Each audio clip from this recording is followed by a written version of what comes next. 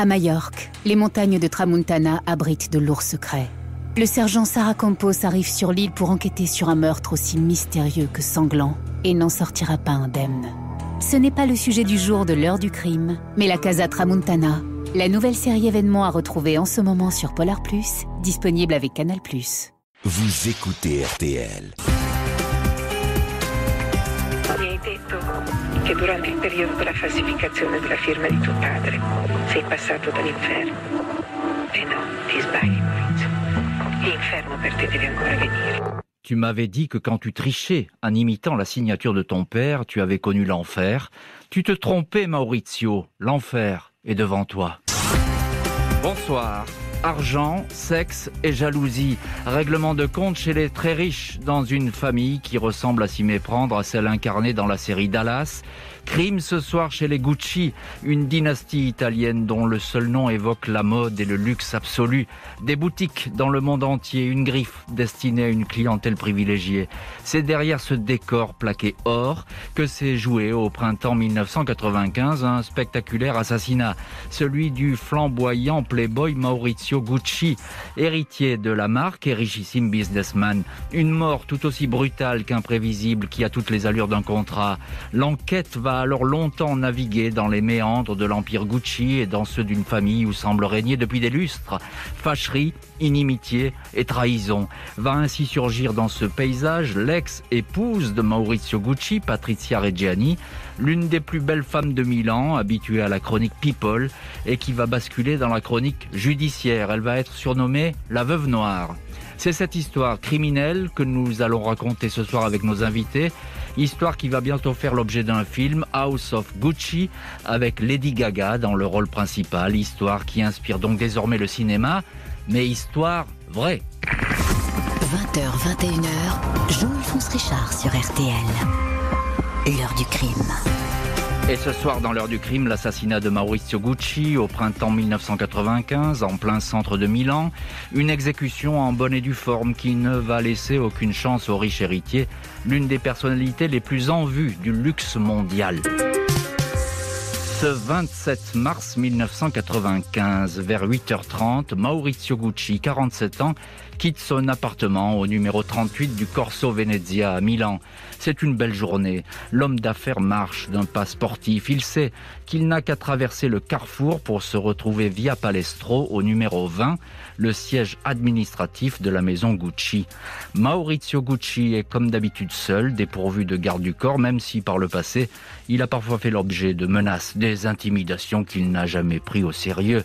L'héritier de la maison de maroquinerie n'a ainsi pas prêté attention à l'homme qui lui a emboîté le pas et le suit à quelques mètres. Maurizio Gucci arrive devant la porte grande ouverte du numéro 20. Il salue d'un hochement de tête le gardien et portier Giuseppe Onorato, puis s'apprête à monter les marches. 3 coups de feu claquent à ce moment-là. Les 2 premiers le touchent à l'épaule sous l'omoplate, le 3e perfore le haut de la cuisse, insuffisant pour le tuer, mais suffisant pour l'immobiliser. Maurizio Gucci est stupéfait, il se retourne vers son portier. L'inconnu lui tire alors une 4e balle en pleine tête. Le tueur s'enfuit, il fait feu sur le portier qui se jette au sol. Giuseppe Onorato est par miracle seulement blessé au bras. Il est le seul témoin d'un crime qui visait l'un des hommes les plus riches au monde. Les secours n'ont pas pu ranimer Maurizio Gucci. Les massages cardiaques n'ont servi à rien. Ce dernier était déjà en état de mort cérébrale quand ils sont arrivés. La brigade criminelle de Milan, la Criminalpol, est également sur les lieux. Les relevés d'empreintes ne donnent rien. Le tueur a utilisé manifestement un pistolet qui tirait des balles de calibre 7,65. Des témoins ont vu l'homme s'engouffrer dans une voiture conduite par un complice, une Renault Clio de couleur verte, une voiture certainement volée. Un règlement de compte plutôt professionnel, même si le tueur n'était certainement pas un tireur d'élite. Le gardien blessé, Giuseppe Onorato, est entendu sur son lit d'hôpital. Il ne peut donner qu'un signalement très vague de l'assassin, un homme de taille moyenne, très brun et très nerveux. La nouvelle de la mort de l'héritier Gucci se répand comme une traînée de poudre. Radio, télé, journaux, tout le monde s'en empare. Source immédiate de spéculation en tout genre. Le procureur adjoint en charge du dossier, Carlo Nocerino, pense aussitôt à un règlement de compte sur fond de litige financier. Tout est possible, dit-il, mais la piste privilégiée est celle du business, les transactions financières dans lesquelles était impliquée la victime. C'est ce qu'affirme alors le magistrat. L'enquête va longtemps se concentrer sur la piste financière, la seule qui vaille a priori au sein de cette famille qui a très souvent été divisée et où l'argent règne en maître de génération en génération. Mais est-ce la bonne piste ? Un différend commercial, une dette non honorée, un détournement de fonds peuvent-ils être à l'origine de la mort de Maurizio Gucci ? Le procureur Nocerino explique que les investigations vont porter sur les comptes bancaires de la victime. Enquête qui pourrait s'étendre jusqu'en Suisse, à Saint-Moritz, où vivait la plupart du temps l'héritier, un pays dans lequel il faisait des affaires. Maurizio avait cédé 2 ans auparavant une partie de l'empire familial. Le personnage avait par le passé défrayé la chronique judiciaire, démêlé avec le fisc, accusé aussi d'avoir imité la signature de son père, blanchi finalement par la Cour de cassation italienne. À la fin des années 80, l'héritier avait été au cœur d'une guerre familiale sans merci pour reprendre les rênes de l'Empire. Il s'était heurté à son cousin Paolo, des cousins qui en étaient presque venus aux mains lors d'une réunion de famille où, après des bordées d'insultes, un magnétophone avait volé en l'air. Un litige qui s'était retrouvé sur la place publique et devant un tribunal de Manhattan à New York. Depuis cette époque, agité, le climat s'était apaisé et les cousins n'avaient plus fait parler d'eux. Les Gucci sont des querelleurs, mais ce ne sont pas des tueurs, déclare alors un intime de Maurizio Gucci. L'héritier continuait toutefois d'attirer les convoitises, affichant un train de vie exubérant, voiture de luxe, résidence huppée, achat d'un somptueux voilier qui appartenait au milliardaire grec Niarchos. Même si la piste financière demeure privilégiée, la brigade criminelle dirigée par le commissaire Filippo Nini continue d'explorer celle du tueur et de son complice, les 2 seuls hommes qui apparaissent pour le moment dans le paysage du crime. Les informateurs sont sollicités mais forcés de constater que c'est le silence qui s'impose.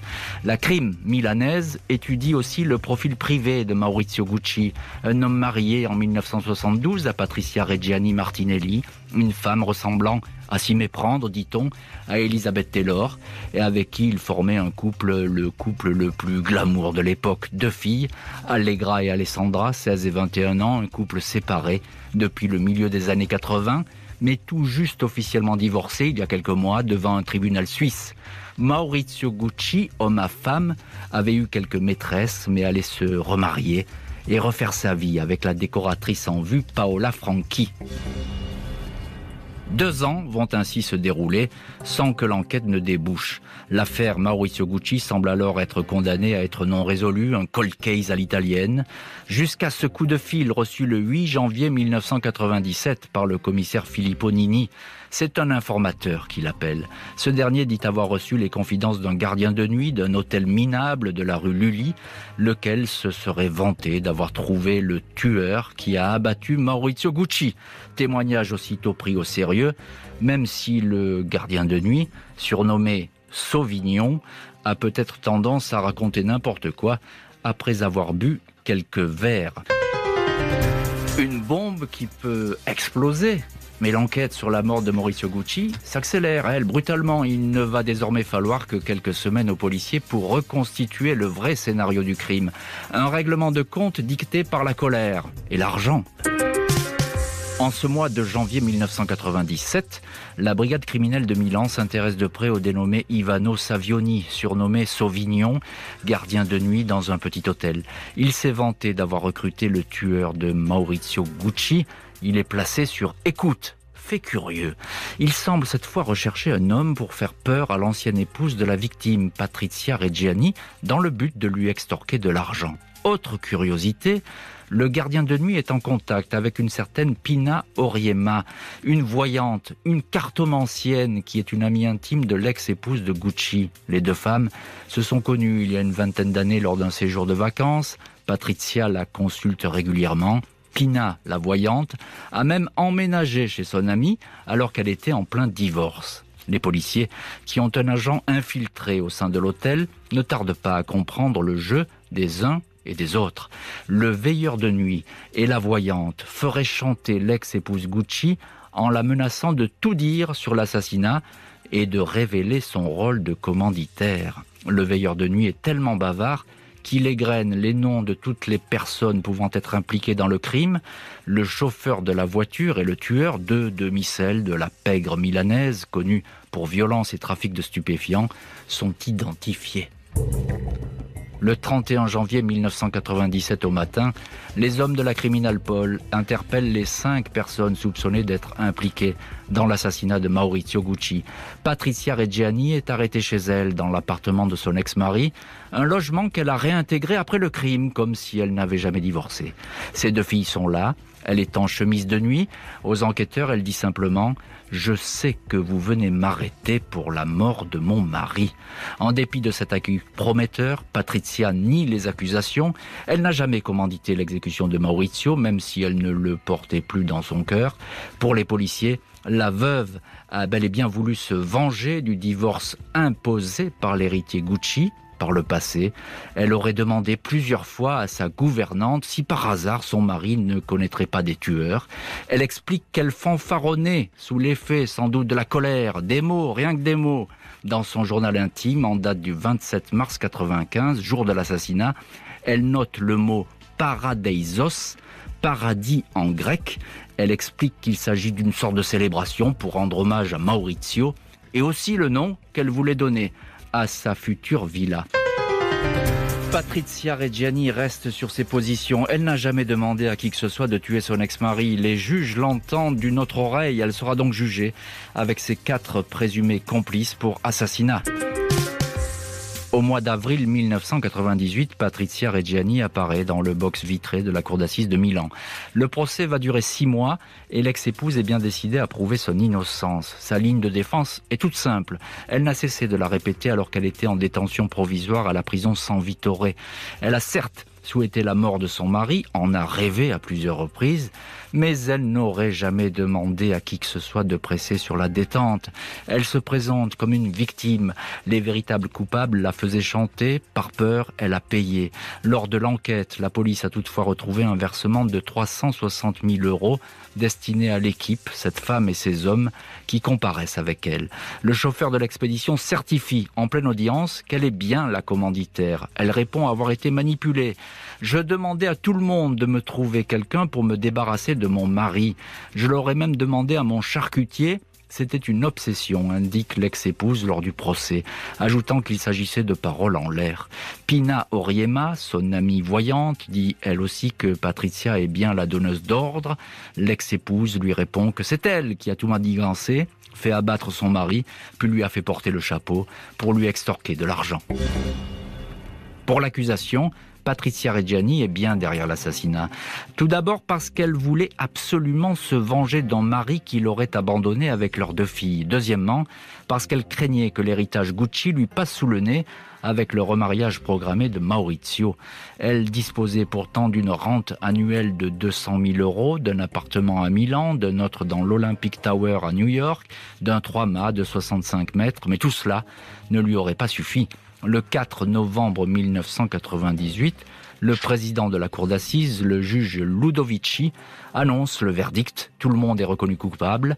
29 ans de prison pour Patrizia Reggiani, 25 ans pour la voyante, perpétuité pour le tueur, Benedetto Ceraulo. Lady Gucci, comme la présente la presse italienne, est menottée. Elle quitte la salle d'audience, les larmes aux yeux. La cour d'appel de Milan va confirmer le verdict de première instance, peine réduite toutefois de 3 ans, 26 au lieu de 29 pour l'ex-épouse Gucci, qui va tout de même passer presque 18 ans derrière les barreaux. Patrizia Reggiani aurait pu quitter la maison d'arrêt San Vittore dès 2011, mais il lui aurait fallu pour cela accepter un travail d'utilité publique. Elle aurait ainsi bénéficié d'un régime de semi-liberté. Elle a refusé en expliquant « Je n'ai jamais travaillé de toute ma vie, ce n'est certainement pas maintenant que je vais commencer ». 2 ans plus tard, alors âgée de 63 ans, elle finit par accepter cette proposition, mais en choisissant un emploi à sa mesure. Elle est consultante pour la société Beaux-Arts, spécialisée dans les bijoux fantaisie et accessoires de mode. Dès sa sortie de prison, elle est poursuivie par une nuée de paparazzi. Elle ne se cache pas comme si elle avait traversé toutes ces années sans rien changer à ses habitudes. On la suit alors qu'elle fait du shopping via Monte Napoleone, la rue des boutiques chics de Milan. Elle se promène avec un perroquet sur l'épaule et continue à porter des tailleurs chics, une partie de sa pension de veuve lui étant toujours versée.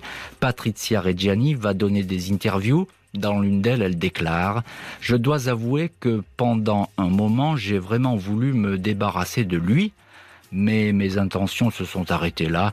C'était juste un désir. Quelle épouse n'a jamais dit « Je vais le tuer, ce type ?» Patrizia Reggiani, premier rôle d'un crime qu'elle a toujours nié, en dépit des preuves accablantes et de sa condamnation, apparaîtra bientôt au cinéma. Son rôle, interprété par Lady Gaga, un film intitulé The House of Gucci, la maison Gucci. Elle trouve bon le choix de l'actrice pour l'incarner. Elle regrette simplement que Lady Gaga ne l'ait pas contactée. Un manque d'élégance, a précisé la femme qui fit tuer le richissime mari qu'elle détestait. Sur RTL, c'est déjà Noël. Retrouvez les plus belles chansons de Noël sur la web radio de Noël de RTL. La web radio de Noël de RTL est disponible sur l'appli RTL et RTL.fr.